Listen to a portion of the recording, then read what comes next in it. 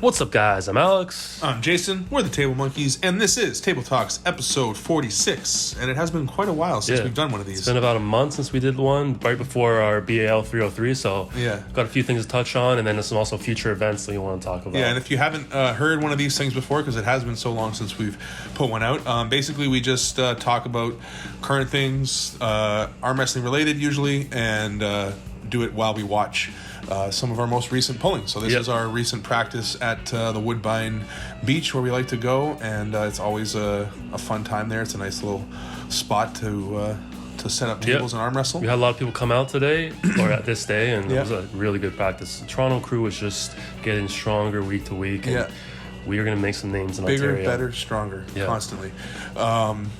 So going back to BAL 303. Amazing event. Yeah. Really great event. Good event. Great matches. With the main event obviously being Joseph Spoljar and Tyler Bolzan, right hand, for kind of the interim right hand championship for 198. Yeah, and Spoljar definitely convincingly took control of that match. I mean, Tyler was able to do a few things, and he got to the strap, which was what he wanted and stuff, and he was able to get what he wanted in the strap, but it didn't really matter too much. Bolzan, Joseph was he's just too much. I mean, for a right hand at 198, like, his hand is, honestly, I feel like it's more intimidating to me than Rick's hand. Yeah. Like just his hand. Obviously Rick has there's a whole another element there but I feel like that's the level of hand that we're talking about that's attached to Joseph Spoljar. It's freaking It is ridiculous. fucking insane.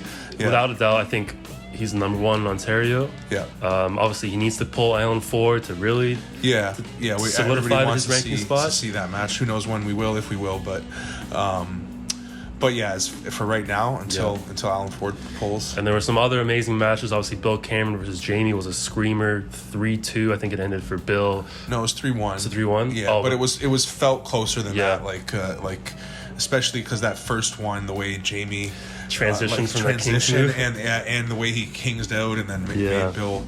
It was beautiful. It was a great match. Yeah, it was a great match. Jamie has definitely leveled up over the last year. I think he's only been pulling for a year, honestly.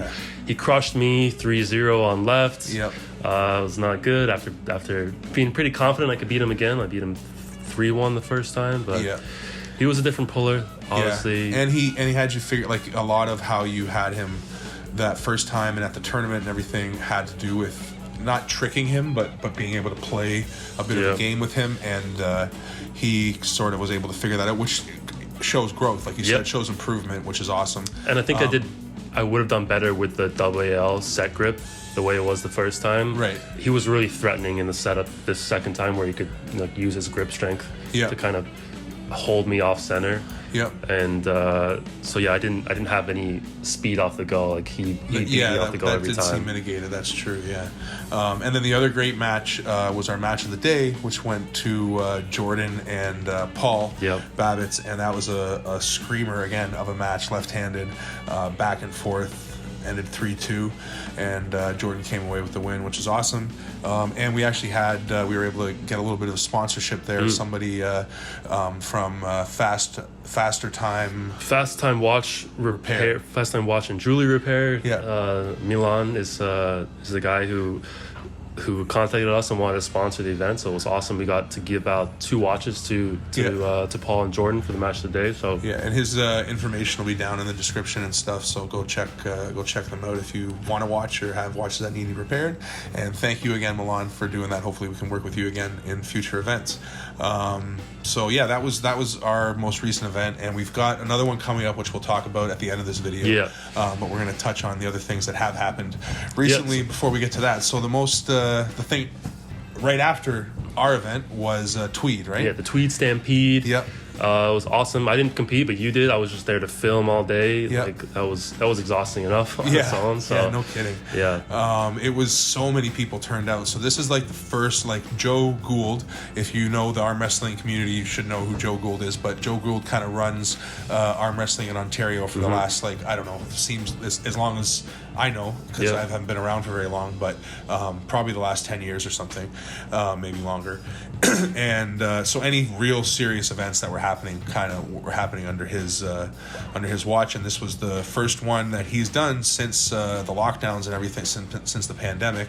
And one of the reasons we were able to fill that gap is just because we don't have like a huge name attached to us. We're not associated with the Ontario Athletic Association. We're not worried about any of that stuff, and obviously he had to be, so he had to play by a bunch of silly rules, which was unfortunate, but left us an opportunity, so we're happy about that. But anyway, he was able to put one together. A real event finally, and it was huge. A lot of people showed up. That was what I was trying to get at, is because it was actually the first real one. A bunch of people actually came out, and more centralized too. It was in Tweed, so people from the east of Ontario and the west both. Yeah, there were a lot of Quebec distance. pullers. Quebec a lot of guys well, came from Quebec, right? Yeah. So. You didn't get like Rick, Rick made it out to that one, but some of the other guys from the like further west side maybe didn't make it all the way out there, but it was huge. I think there were almost 200 pullers. It was like at least 150 entries. Just the heavyweight class that I was in was 18 pullers. Yeah. What was the biggest class? Was it 176 or 2?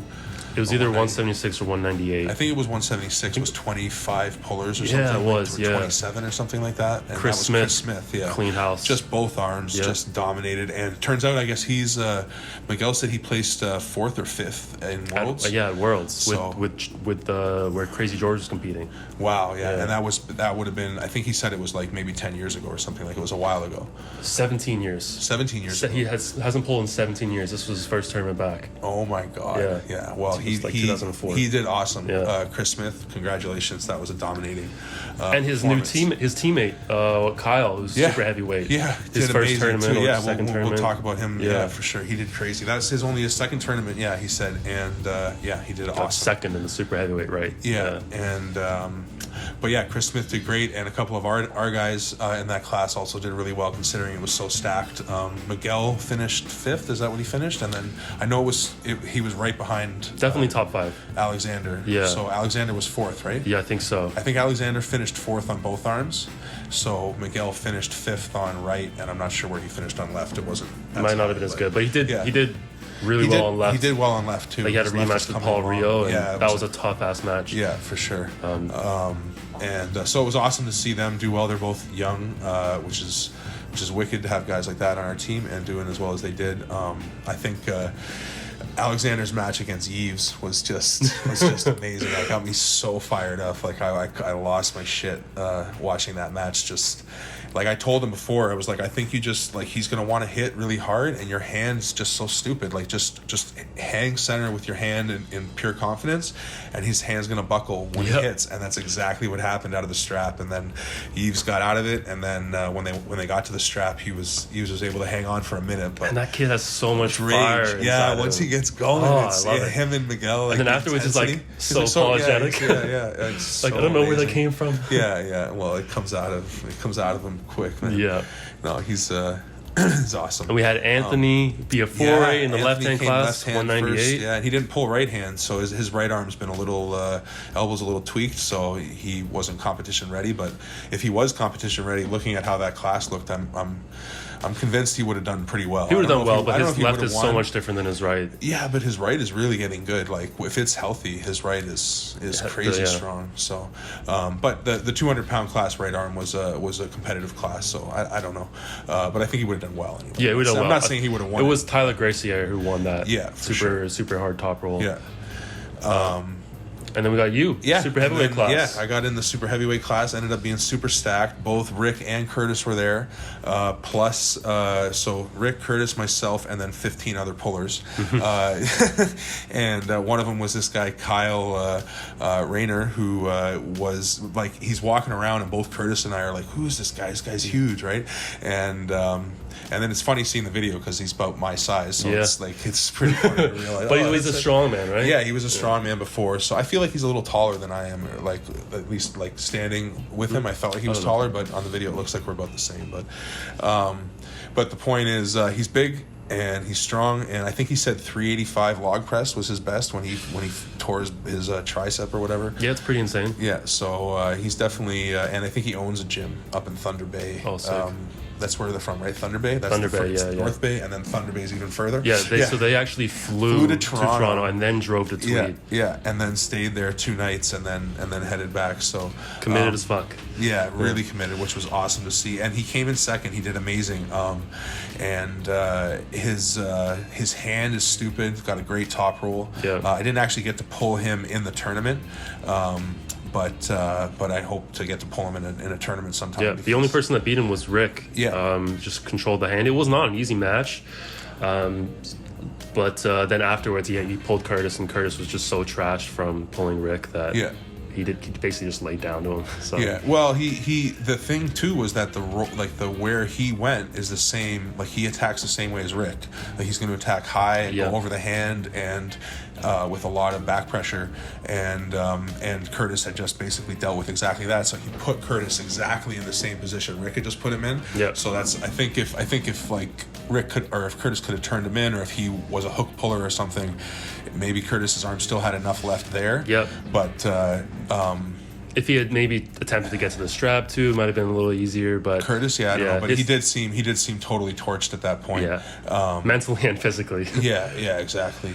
And yeah, but my matches, just to go over them quick, because I think I was doing really good until Robin. Well, you had a tough start. Yeah, exactly. You had to pull Rick in your first match. Yeah, so my first match, we're going through, there's 18 pullers, and as it's coming down to it, I'm kind of realizing, I'm like, shit, it's going to be, I'm hoping there's somebody else. Like, I'm like, there's got to be another person that I haven't noticed yet who's pulling, and nope, it was Rick.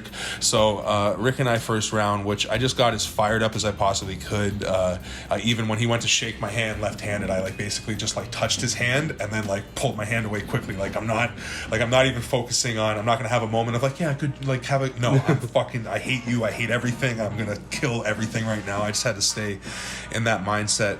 And I got out of his hand, which felt awesome. And when I look back at the replay, you can see his riser, either he's giving it up or whatever, but his riser does buckle a little bit. So at least I know I was comparable there with him, fighting high, which felt really good. And then in the strap, I've been trying to set a hook and trying to figure out my hook, and I know that hooking him is obviously the right thing to do, but it's obviously that's his whole game, is not getting hooked. But I didn't even attempt it. You hit straight back anyway. Hit straight back, and Kings moved, and which is not going to work either. But there was a bit of a stop, and he did pin me by just cracking the line. Not that he didn't really lose any wrists, and it would have just been a reset and a slam. You've stopped him in a Kings move in practice before, but I feel like your Kings move hasn't been the same lately. No, I was gonna talk about that at some point too. So what's just, since you brought it up, so what's going on with the Kings move, and Michael Todd has been talking about this a little bit, but for me is my riser when I'm kicked back is not engaging as strong as it used to, and the way that works for me is when I rise and kick back like that, my first knuckle is kind of protecting my pronation. So I'm obviously pronating really hard as well, but with that riser engaged, I can hold my pronation easier. But as soon as I drop that riser, it exposes my pronation more, and then people can attack my pronation more. And once you get the pronation and the riser in a King's move, it's pretty useless at that point. So it's not as sticky as it has been, and it's sticking a lot lower than it used to because that riser's gone. So I'm doing what I can to try to figure that out. But either way, King's moving Rick is still not the right move. It's not the place to go, and if I could redo the match, it's not where I would try to go again. Maybe it's where I would end up going, but it's definitely not where I would want to go. Then you had some pretty quick matches with some of the newer inexperienced pullers. They still had they seemed like they were decent, and they felt had strong hands, and felt strong in the setup, but I was just no fucking around, and my move off the go out of the strap 100% was high post, with a lot of side, and if they hang on, great, they're coming with me, and if they don't hang on, we're going to the strap, and then once we're in the strap, it's I've got a lot of options. And those three guys basically, Cameron didn't really hang on, but it was the same move because of the way he flops. But the first two guys, both Bucky and I think the other guy's name was Chris, I can't remember. But anyway, both those guys just hung on. So it was, pretty satisfying. And then it was Robin, your kind of arch nemesis. Yeah. Fucking basement Sasquatch. You got me. You guys are going like back and forth. Yeah, ever since and you both started. So up to this tournament now, because we pulled a lot. Like when he started pulling, maybe 3 or 4 months before I did. So he had a couple tournaments under his belt before me, and then we started meeting each other in tournaments real early on. So I was 2-1 against him right-handed, and I think I'm undefeated against him left-handed at this point. But 2-1 right-handed, so I have the edge on him. And I kind of went in to that match without the fire, like those 3 wins in a row, and then seeing him, I went in with a little too much confidence, and hit off the hit, he takes my hand, and I slip and whatever, and instead of like, even then I did realize, I'm like, okay, I should go into a little hook. And I looked at you once I'm getting strapped up, and I said hook, and then off the go 3 times in a row, I just fucking dropped my shoulder back and hit the King's move like a fucking I was like, bitch. Oh no. Yeah, you can hear it in the second one. In the second one, you go, oh god, like, so disgusting. And it was a decent, like, I had him not bad in the King's move, but he's got enough leverage and he's tall enough. His hand is stupid strong. Now, his hand has improved. Robin, if you're listening, your hand feels awesome. And other people have commented about it too. Your hand's definitely improved a lot. So, but yeah, your riser wasn't engaged as much as it should be, and he was able to just press you down without too much trouble. No, he didn't pin me. It finished the last on fouls. One. No, it was a foul. Oh, was it? Yeah, but he still pressed you, but your elbow was off the pad. So it was all fouls, but at the same time, I couldn't have, like, if I had to try to stay on the pad, he would have pressed down. He was pressing towards me a bit, which good on him, because it looked like he's going for a pin, except for the one time where he's like clearly pushing me off, which the refs called. But no, he dealt with the King's move perfectly, and I definitely should not have King's moved him. My plan from as soon as they started strapping me up was go into the hook, and I just could not for the life of me shoot a hook. So I'm practicing that a lot now, practicing that at practice, trying to figure it out. And I remember Devin saying it to me at one point, the same commitment that you go backwards with, you have to come forward with. Yeah. And I've just got to find that. It's just a different mentality, because it feels more risky, more dangerous. Yeah. Like you're going to fuck your shit up. And I feel it in my hand. I feel the hook well in my hand now, but it's still like really committing my shoulder and committing my body in the right position. It's more like I get the hand position, and then I start to creep my body into position. And it needs to be like one whole shot into that spot. So hopefully it's ready in time for the next tournament. Yes, in November, which we don't have any review on, because we got to go pull it to tell you what's going to happen. November 13th. This is going to be a real serious one. Yeah. Well, it's going to be in a very unserious place. Yeah. It's serious is totally the wrong word. I don't even know why I chose that word. Intense, crazy. Yeah. The high hookers are setting this one up, so Valley special. It's going to be a wild shit show of an event. No, I think they're going to be relatively well organized. I think the event's going to be organized. It's at a nice. It seems like it's at a cool place. And then they have obviously lots of plans for the after party. Mm-hmm. So it should be kind of crazy. But I really like the tournament setup. Yeah. So the way they're doing it is it's by weight, like seeded by weight, triple elimination with just one class. So there's no, it's open weight, but it's seeded by weight. So you should be pulling the people closest to your weight until it gets down to the final, few pullers. And then the weight classes might start to get mixed up. And then they have you get a raffle ticket, basically like a 50-50 ticket for every win that you get. And then they have a big pot, I think, of $1,000, and they'll draw tickets at the end of the matches for right and left hand, and somebody's going to win $1,000 for right and $1,000 for left. And I think Evan did the math. If 100 pullers show up, only 9 people don't end up with, it's only 9 people go 3-0 or 0-3. Oh, really? Out of 100 pullers in a triple elimination. So tournament. 91 people or something like that get an opportunity. But some will have more. Some will have way raffles more. Than more. Some will have way more raffles than others. But that's still pretty cool. Yeah. And then top first place gets $300. Second place gets $150, and third place gets $50. So if you win the tournament, you can win the tournament and the raffle. You could win one match and win the raffle. So I think that's really cool. Really cool setup. I like that idea a lot. So it looks like it's going to be a lot of fun. I know BLM is going to be pulling, and he's looking to make a big statement.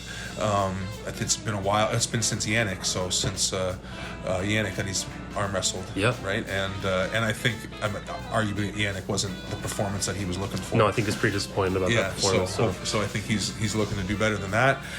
There's some talk that Brian is going to try to show up because Brian really wants to pull Brendan. So hopefully they match up. I have no idea who else is going to be there. I'm sure Curtis will pull. Curtis actually, Curtis did say he was going to pull. I know Evan isn't going to be able to pull because he's having some shoulder issues that he's dealing with. So, I think a lot of people are going to make it. Maybe we can convince Tyler Bolden and Joseph Spoljar to show up. Yeah, that would be awesome. Yeah, I think actually Jake and Alan are both going to be there. Alan Ford? Because I think they were originally going to have a super match on that day. Well, Alan Ford's organizing the event, so I don't know if he's going to compete. He said, I'm pretty sure he's pulling. Okay, awesome. That's what I've heard is that both him and Brendan are pulling, and they're organizing it, but Evan is running it, like as far as the brackets and running the board and stuff. Well, we're both gonna be competing as well, and then a bunch of our guys are gonna come up with us. Yeah, I'm sure Dustin's gonna pull, and Lewis is gonna pull, and our lighter guys too. I know Miguel, Alexander. Alexander's trying to figure out a way to get in there. I don't know if he can get a fake ID in time. He's gonna try. Because this is an adult only. He definitely looks the part. Yeah, this is going to be a serious party, and it's a private location, private event. So don't bother contacting us for information. Check it out on Facebook and see if contact Evan Burgoyne or Alan Ford on Facebook if you want to get all the deets. And then the next event after that will be our event, BAL. Yeah. Hopefully in the December. Yeah, we got December 11th is going to be the date. And we don't have a ton of matches lined up yet, but we have a new little format that we want to go with. So this will be the end of the video as we discuss our new format. And you guys can let us know if you would like to be in on one of these super matches. So the basic premise is going to be it's Arm Wars style. So we're going to do 6 rounds. It's going to be running fouls. If it goes 3-3, there'll be a 7th round for tiebreaker and all that stuff. But the sort of premise or like entry fee is that we want the opponents to be wagering at least $100 for their match, because we want this to be against guys that want to pull each other, that are both serious about it, that have something in the game, and then for higher level matches and hopefully higher level matches. I mean, you get some newbies, idiots that want to just throw money around, and I'm sure there might be 1 or 2 of those matches that get in there, but the hopefully that leaves it so it's more serious matches and more competitive matches. And you can wager as much as you want, but we want to keep it, at least in the beginning, we'll keep it at $100 minimum wager, and then BAL is going to put for the first one, we're going to put at least $10 per round to the winner. So if you go 6-0, you'll win $60 from the BAL, plus you'll win your $100 wager.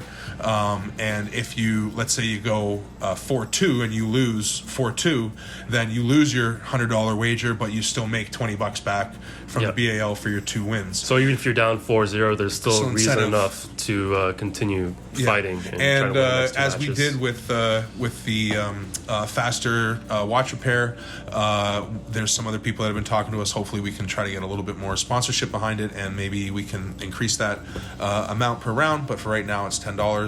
And if you're interested in it, please send us a message, but have an opponent that's agreed with you, that you guys, don't just message us, hey, find us a match.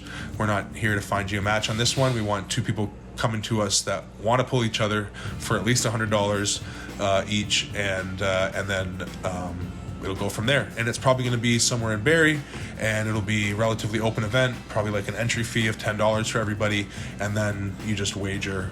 Food provided, BYOB, all the usual events. Yep. So December 11th, write it down. Hopefully everybody makes it there. Hopefully it's a wicked day. And we'll be posting more about it on Facebook and stuff. All those things, the social medias. Yeah. But if you like the video, please like the video. Subscribe, smash that bell, do all those things, and monkeys out. Peace.